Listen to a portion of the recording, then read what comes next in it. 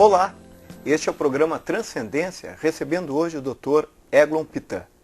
Eglon, seja bem-vindo, é um prazer te ter aqui. É um prazer igualmente, estou à disposição, não precisarem. Obrigado, Eglon. Eglon, tu poderias falar um pouco da tua formação?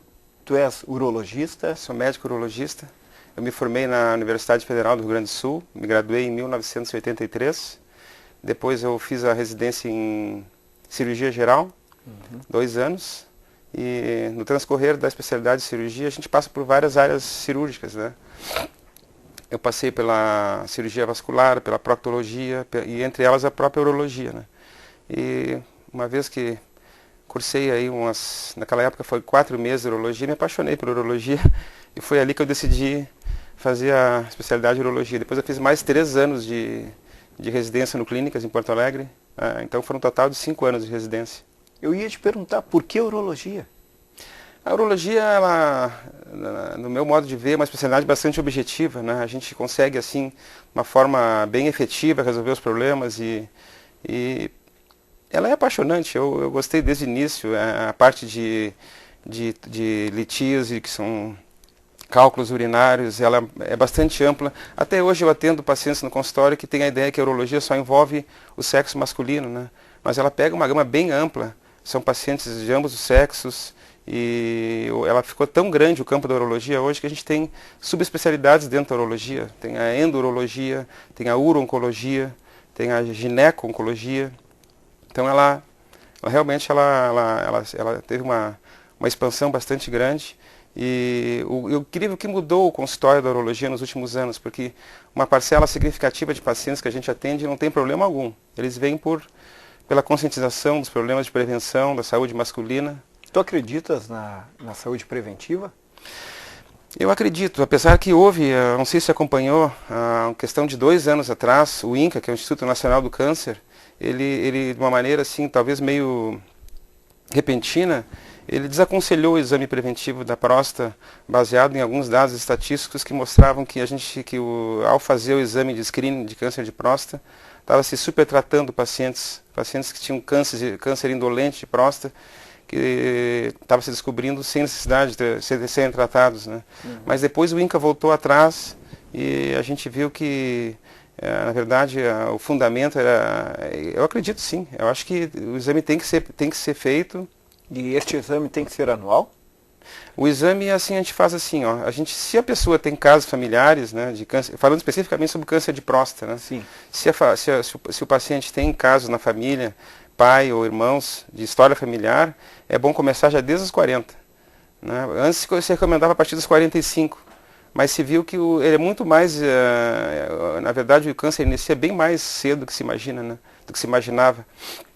Então a gente começa a partir dos 40, se tem história familiar, a gente faz todo ano, a partir dos 40, né? E se tem algum fator de risco, como já o PSA, por exemplo, se está já acima de um certo limite, a gente passa a fazer o exame anual já desde essa idade. Sim. Eglon, como tu vês hoje o tratamento de próstata por parte dos homens? Como tu vês eles à vontade ou ainda há muito preconceito? Ainda tem muito preconceito, sabe? Já houve bastante mudança, assim. A gente tinha bastante... até hoje eu pego pacientes que querem só fazer o exame de sangue e se negam a fazer o exame do toque, né? Mas não adianta, o exame completo da próstata a gente une os dois, porque o toque ele falha em 50% das vezes e o PSA falha em 25% das vezes. Então ambos são feitos de formas isoladas, né? Eles são falhos. Ou seja, eles não se excluem, se exigem mutuamente. Se exigem, é um complemento um do outro. Sim. Por esse motivo que uma época que o clínico geral passou a pedir PSA e muitos pacientes que só acompanham com o clínico acabam fazendo só o exame de laboratorial, né? A dosagem sérica de PSA, o exame fica incompleto.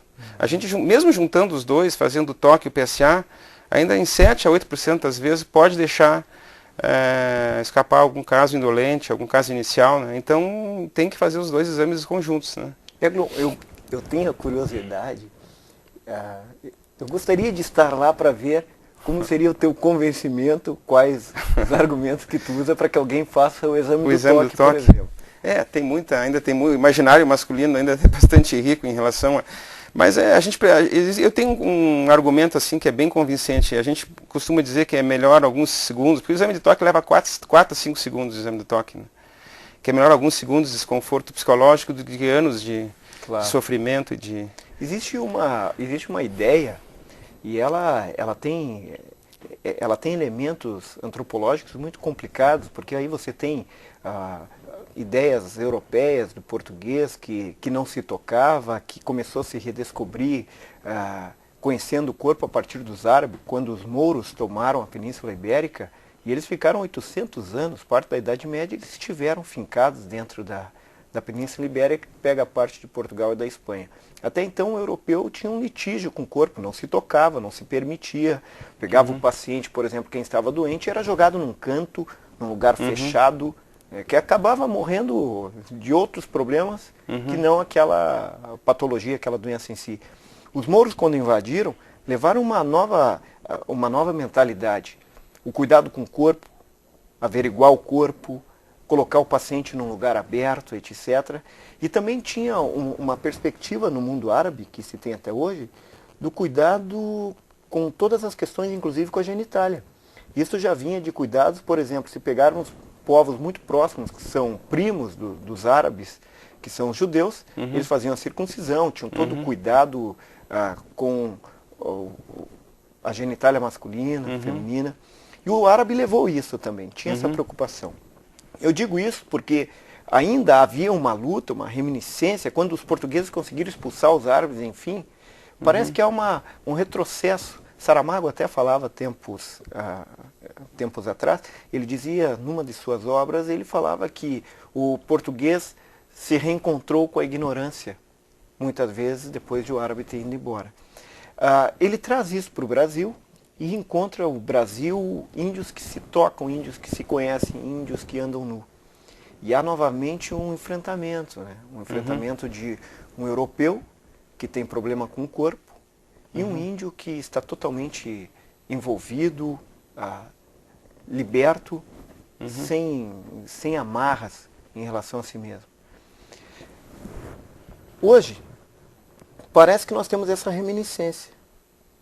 Homens que não se permitem tocar, e é complicado pra caramba, e homens que não se permitem se prevenir, cuidar de si mesmo.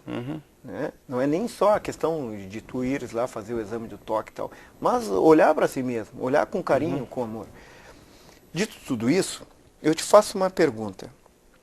Tu vês, por um acaso, na nossa sociedade, que tem bastante descendência de alemães aqui no Vale do Taquari, tu vê ainda uma dificuldade maior que outros centros que tu conhece, como Porto Alegre, São Paulo, etc.?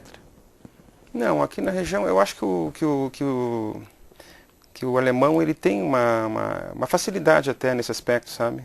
Eu fiz a minha formação em Porto Alegre, eu tenho cursos feitos fora. Eu acho que aqui, inclusive falando com colegas, eu acho que a linhagem teutônica, ela tem uma visão assim mais... Ele se entrega, ele faz o exame com facilidade, eu não vejo dificuldade nesse aspecto. Apesar que muitas consultas que pacientes fazem, eles mesmos falam, olha, quem marcou o exame foi a minha esposa, porque a mulher ela tem Que bacana isso. Isso a gente vê seguido, né? A mulher tem uma preocupação maior, assim, já porque a história da prevenção do câncer de mama e do útero já é mais... E tu tens pacientes que são o casal? Atendo seguido casais às vezes, porque a gente pega muito a parte da... Eu atendo muita paciente feminina com incontinência urinária, né? Que a gente vê cada vez mais em função da população estar envelhecendo, né? E doenças relacionadas à própria avançar do tempo, né? A uroginecologia, que pega pacientes geriátricos. Então, seguidamente vem o casal consultar, né? Tu estivesse tempos atrás em Nova York, não estivesse? Tive, o ano passado. Como é que o mundo está vendo os problemas da urologia hoje?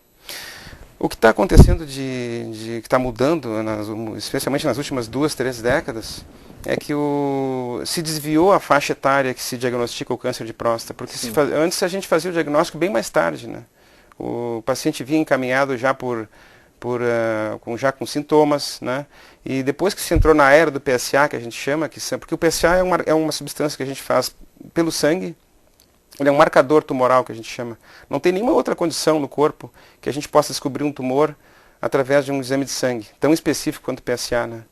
E todos os outros órgãos, eles são baseados, as patologias são baseadas em exames de imagem, tomografia, ecografia.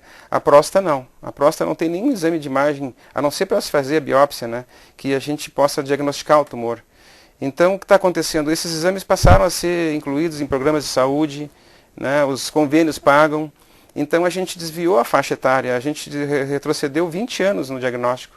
Então, a gente pega hoje pacientes na faixa até dos 30 anos, sim, 30, 40 anos, descobre bem precocemente o tumor, né? Então, a diferença grande foi essa, que a gente faz o diagnóstico muito mais cedo. Por outro lado, claro, inflige um grau de um tratamento que é pesado, né, para uma população mais moça, né? Claro. Mesmo sabendo que a gente tem uma proporção significativa de pacientes que têm tumores que são tumores indolentes, são tumores que a pessoa vai ter uma vida plena e não vai acontecer nada. Sim. Então aí está o dilema, que vai ter um refinamento da medicina com o passar do tempo. A gente está diagnosticando tumores que mais da metade deles, mais ou menos metade, 50%, 55%, são tumores que, com o passar do tempo, eles não iam evoluir de forma a oferecer algum risco de vida para a pessoa, né? Depois do intervalo, eu gostaria de conversar contigo sobre o enfrentamento. Como o paciente e o médico enfrentam, sim, quando diagnosticado algo mais sério.